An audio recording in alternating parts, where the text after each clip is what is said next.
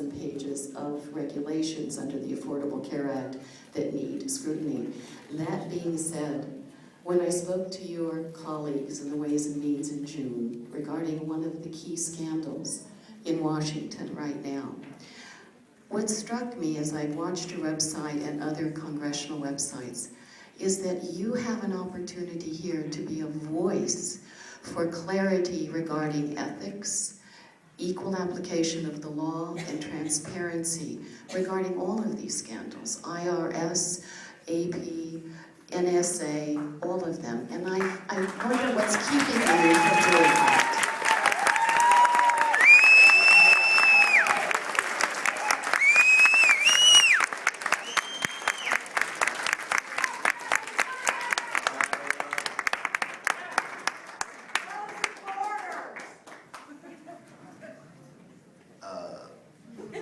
I thank you for thinking that I can play that big national role. I try to speak out on the right side.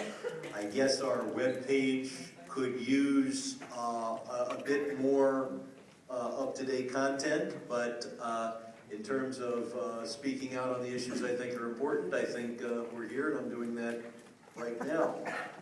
As to the NSA, I voted for the Amash Amendment.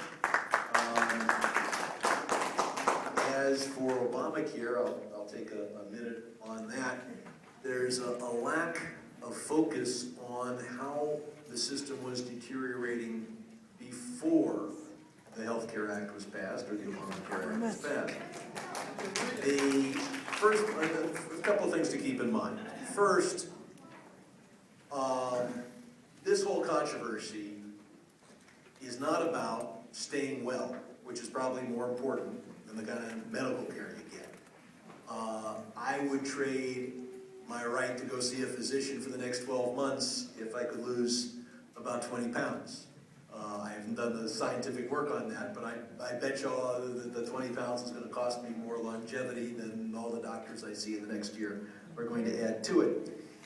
So we need to focus on being well rather than just health care. Then on health care, it's the efficiency of the overall health care system.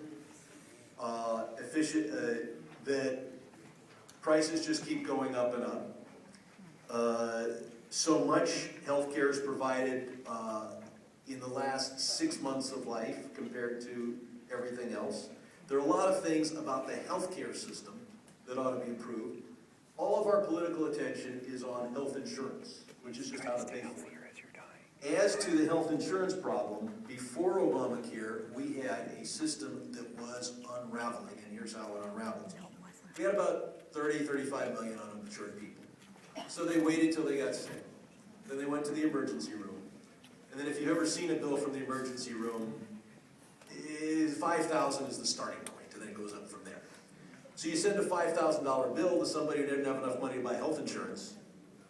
They're not going to pay it. They can't possibly pay it. So what does the hospital do? It writes off the bill. So now the hospital is stuck with 5 or 10 or 15 grand of uncompensated care every time somebody comes to the emergency room and doesn't have a card. So what do? They raise their prices on everybody else. Now the aspirin costs $11 instead of $8. What does that do? It raises the amount they charge to Blue Cross